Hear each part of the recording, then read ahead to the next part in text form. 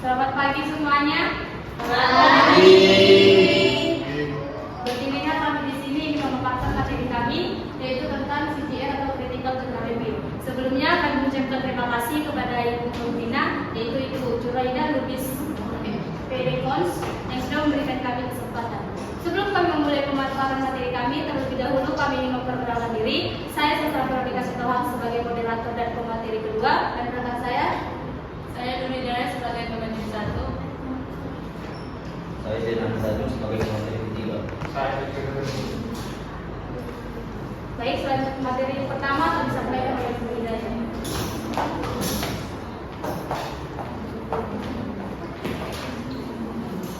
Baik, ada beberapa masalahnya yaitu bimbingan dan konseling di sekolah berperan penting dalam membantu siswa mengembangkan dirinya dan mengatasi masalah yang mereka hadapi. Nah, namun pelaksanaannya masih mengalami kendala seperti kurangnya tenaga ahli, minimnya pelatihan, dan kurangnya rasa akan pentingnya pelayanan tersebut. Nah, masih banyak siswa yang belum mendapatkan bantuan yang tepat, ya, meskipun mereka menghadapi masalah akademik, sosial, dan emosional. Nah, oleh karena itu diperlukan satu kajian untuk mengevaluasi keefektifan program bimbingan dan konseling supaya dapat diperbaiki dan ditingkatkan. Nah, selanjutnya ada tujuan dari Critical General Review kami, yaitu penelitian ini bertujuan untuk mengevaluasi aktivitas program bimbingan konseling di sekolah, mengidentifikasi faktor-faktor yang mempengaruhinya, serta memberikan rekomendasi untuk peningkatan program di masa depan. Selanjutnya ada manfaat dari Critical Jurnal penelitian kami, yaitu dapat memberikan saran dalam perkembangan program bimbingan konseling yang baik dan berkualitas. Selain itu dapat meningkatkan kesadaran berbagai pihak tentang pentingnya layanan konseling tersebut, serta menjadi referensi bagi praktisi pendidikan dan pembuatan kebijakan. Nah, selanjutnya ada identitas jurnal yang akan dijelaskan oleh Sastra.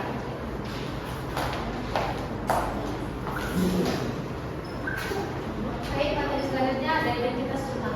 Jurnal yang kami ambil yaitu jurnal bimbingan dan konseling, yang dimana berjudulkan Manajemen Program Bimbingan dan Konseling di SMK Negeri DKI Jakarta.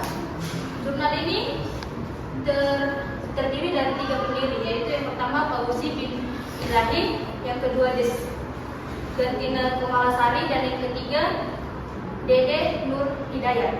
Jurnal ini bervolume 3 dan berjumlahkan halaman dari 211 sampai 231. Jurnal ini terbit pada tahun 2019.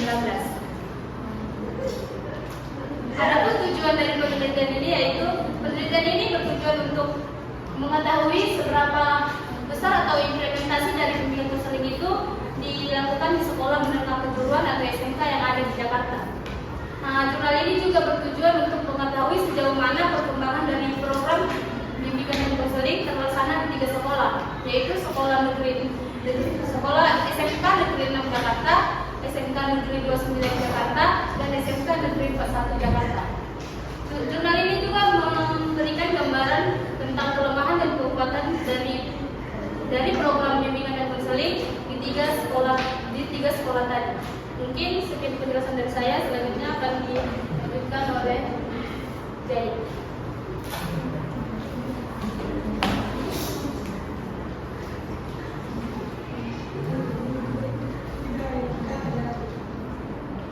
Ada subjek penelitiannya pada siswa SMK Negeri 6 Jakarta, siswa SMK Negeri 29 Jakarta, dan siswa SMK Negeri 41 Jakarta. Dan asesmen data dari penelitian ini dilakukan dengan menggunakan metode deskriptif kuantitatif untuk mengumpulkan data. Survei dilakukan untuk menggambarkan bagaimana pelaksanaan sistem manajemen BK di beberapa SMK Negeri Jakarta, yaitu SMK Negeri 6, SMK Negeri 29, dan SMK Negeri 41 Jakarta. survei data yang diperoleh kemudian dianalisis untuk mengetahui sejauh mana program BK telah dijalankan dan dicapai di sekolah tersebut. Kemudian ada metode penelitian. Penelitian ini menggunakan deskriptif kuantitatif dengan pendekatan survei. Tujuannya adalah untuk mengumpulkan data tentang pelaksanaan sistem manajemen BK di Jakarta. Dengan metode ini peneliti bisa mendapatkan informasi yang akurat dan objektif, serta menganalisisnya secara statistik untuk memberikan gambaran yang jelas mengenai pelaksanaan program BK di sekolah tersebut. Materi selanjutnya akan dibahaskan oleh saya.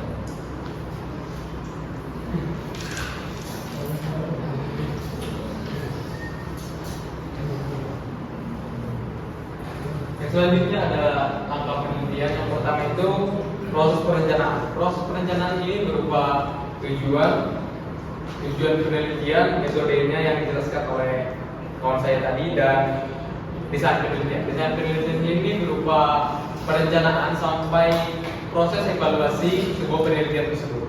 Yang kedua itu ada pengumpulan. Yang kedua itu ada audit program. Audit program ini berupa pemrograman bimbingan dan konseling di SMK, yaitu sekolah SMKN 6 Jakarta, SMKN 29 Jakarta, dan SMKN 41 Jakarta. Nah, selanjutnya ini tidak tertulis di sini, tapi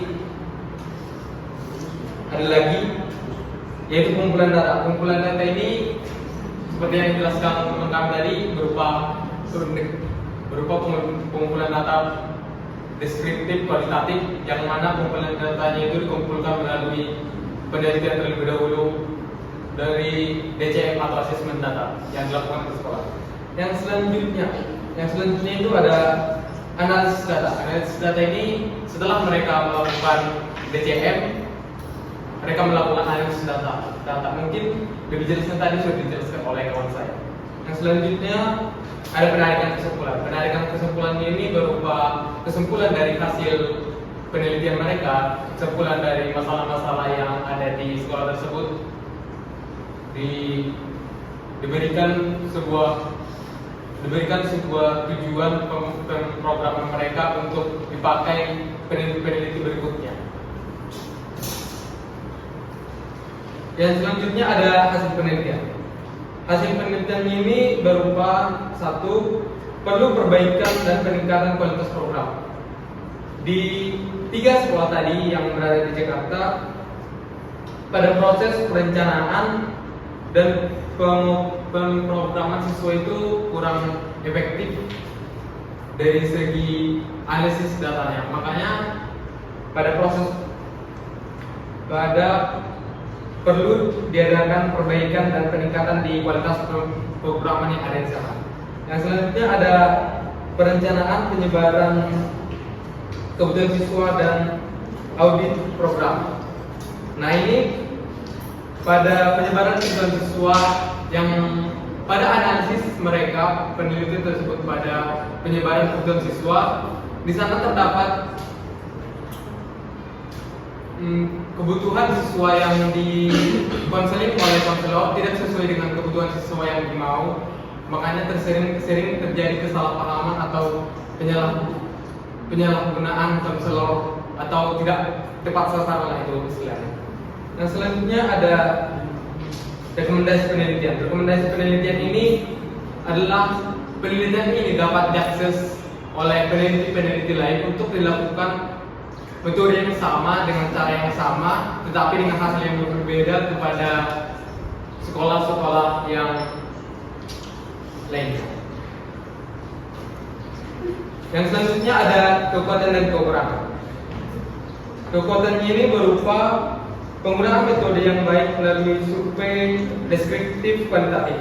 Penggunaan metode ini menggunakan survei deskriptif kualitatif yang jelas dan terstruktur, memperoleh data yang signifikan dan valid tentang implementasi sekolah manajemen bimbingan dan konseling di sekolah menengah kejuruan SMKN di Jakarta. Yang selanjutnya ada kekurangan. Kekurangannya ini satu, seperti yang dijelaskan oleh teman kita kelompok sebelumnya tadi, bahwa ini hanya dilakukan pada 3 sekolah, tidak menutup kemungkinan bahwa di sekolah lain tidak terjadi masalah yang sama. Oleh karena itu penelitian ini hanya sebatas di Jakarta saja, atau mungkin tidak bisa relevan digunakan untuk penelitian di Jakarta tapi dengan sekolah yang berbeda. Oke, yang selanjutnya akan saya serahkan kepada moderator.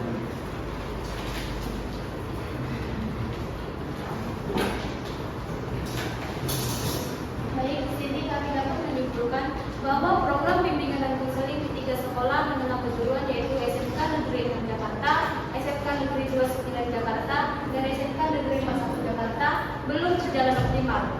Penelitian ini juga menunjukkan bahwa perlu dilakukan perbaikan dan peningkatan kualitas dari program bimbingan dan konseling di sekolah-sekolah ketiga tadi dengan memperhatikan tahapan dari perencanaan, penyebaran kebutuhan siswa dan audit program. Baik, setelah selesai pemaparan materi kami, di sini kami membuka sesi tanya jawab, terkhususnya bagi kelompok 4 dan 5.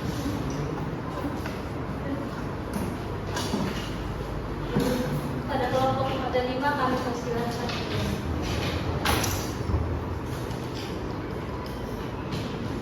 Baik, kepada Danu. Silakan. Baiklah, saya perwakilan dari kelompok 5 ingin bertanya kepada kelompok 6 ya. Jadi pertanyaannya, tadi kalian ada menyebutkan tentang audit program. Saya kurang paham akan audit program itu. Apakah teman-teman bisa menjelaskan apa itu audit program dan tujuan dari audit program tersebut? Sekian dari saya, terima kasih. Saya kembalikan ke moderator. Oke, baik, terima kasih Danu atas pertanyaannya. Mungkin pertanyaan Danu akan dijawab oleh Elfredo.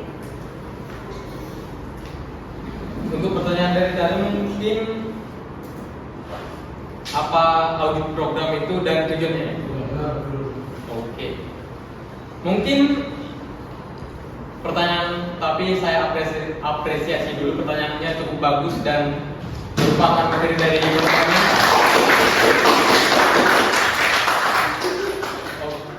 Untuk pertanyaan selanjutnya saya harapkan pertanyaan kritis seperti tadi. Adapun jawabannya, audit program ini adalah sebuah pemrograman berupa rencana kerja yang digunakan oleh konselor atau auditor melakukan suatu identitas program yang baik dari segi operasional, analisis, implementasi, observasi dan kesimpulan penelitian. Jika kita lihat dalam dunia nyatanya, mungkin berkaitan dengan seperti pada program studi yang lain, yaitu pada manajemen bimbingan konseling, pada pembuatan aplikasi, mungkin mirip-mirip seperti itu. Dan untuk contoh nyatanya dan untuk tujuannya itu untuk memudahkan konselor atau guru BK melakukan pemrogramannya dalam 1 tahun atau 2 semester, gitu kan? Oke, dan apakah jawaban Anda diterima? Oke, jawabannya bisa saya terima. Terima kasih Alfredo atas pembahasan yang menarik dan juga mudah dipahami. Saya kembalikan ke moderator. Baik, terima kasih dan sudah mau kepada kami. Selanjutnya kami membuka pertanyaan kembali kepada teman-teman dari kelompok 5, 4. Ada yang mau bertanya? Baik, kepada Alia.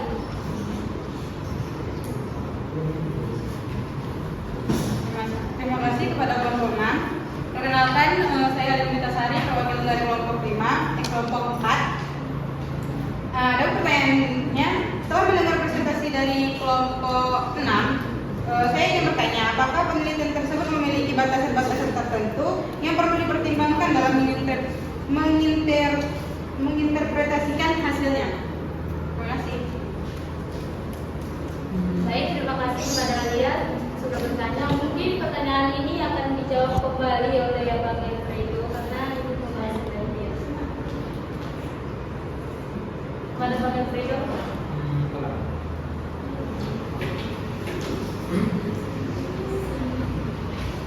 Pertanyaannya tadi tentang batasan-batasan yang perlu dipertimbangkan oleh apa tadi? Mohon diulang. Apakah penelitian tersebut memiliki batasan-batasan tertentu yang perlu dipertimbangkan dalam menginterpretasikan hasilnya?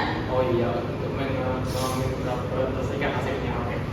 Mungkin batasan-batasannya itu terletak pada kekurangan-kekurangan penelitian tersebut, yakni tadi kurangnya penjelasan tentang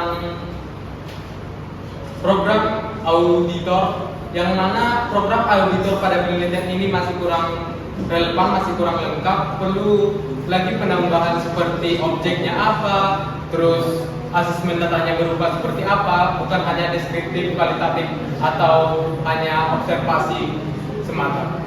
Mungkin seperti itu Alia. Apakah Alia dapat menerima jawaban saya?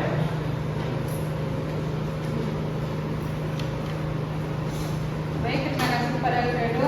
Jawabannya dapat diterima dan mudah dipahami. Dan kembalikan kepada moderator. Baik, terima kasih kepada Alia. Baik, mungkin sekian dari hasil presentasi tadi. Kami mohon maaf bila ada